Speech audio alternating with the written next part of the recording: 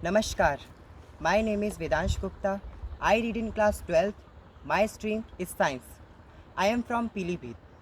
सबसे पहले मैं शाह अलवी एसोसिएशन व उसके राष्ट्रीय अध्यक्ष मिस्टर इरफान रहम शाह का शुक्रिया अदा करना चाहता हूं कि आपने एक ऐसे कंपटीशन को ऑर्गेनाइज़ किया जिसके ज़रिए हम अपने देश के छिपे हुए इतिहास को पढ़ पाएँ। जैसा कि एएमयू के वार्षिक समारोह में हमारे देश के प्रधानमंत्री आदरणीय श्री नरेंद्र मोदी जी ने अपने संबोधन में ये कहा था कि हमारे देश के युवा छात्र छिपे हुए आंदोलनकर्ताओं व शहीदों के बारे में एक रिसर्च करें। इस कंपटीशन के ज़रिए मैं अपने देश के एक अहम व फर्स्ट फ्रीडम फाइटर के बारे में आप लोगों के सामने बोलने जा रहा हूँ। इसके लिए मैं अपनी टीचर मिस गौस फातिमा शाह का बहुत बड़ा आभारी हूँ कि उन्होंने मुझे मौका दिया इस कंपटीशन का हिस्सा बनने का व हमारे फर्स्ट फ्रीडम फाइटर के बारे में रिसर्च करने का और आप लोगों के समक्ष अपनी बात रखने का। Thank you ma'am, thank you so much.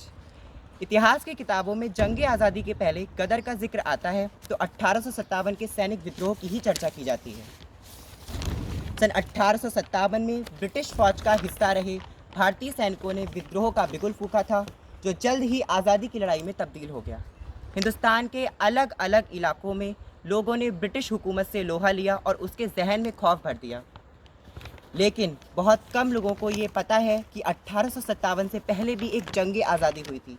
ये लड़ाई ना तो हथियारबंद नौजवान सैनिकों ने लड़ी थी, ना ही जिंदा रहने के लिए रोज़मर्रा की ज़रूरतों को पूरा करने के लिए लड़ी गई थी, बल्कि और ना ही संघर्ष करने वाले आम लोगों ने लड़ी थी, बल्कि ये लड़ाई लड़ी थी फ़कीरों और सन्यासियों ने। इन फ़कीरों में से एक अहम नाम था बाबा मजनू शाह मलंग का, जो मदारिया ऑर्डर के सूफ़ी थे। सन 1600 ईस्वी में ईस्ट इंडिया कंपनी का भारत में आगमन हुआ तथा 1611 में मसूलीपट्टनम में कंपनी खोली गई। ब्रिटिश कंपनी के द्वारा गरीब किसानों, संतों, फ़कीरों व सन्यासियों से मनमाना टैक्स वसूला जाने लगा, जिसके खिलाफ बाबा मजनू शाह मलंग ने एक गुरिल्ला लड़ाई की शुरुआत की। सन 1770 की मैगजीन रीनेल में यह लिखा गया है कि बाबा की सेना में 50,000 से भी ज़्यादा लड़ाके थे।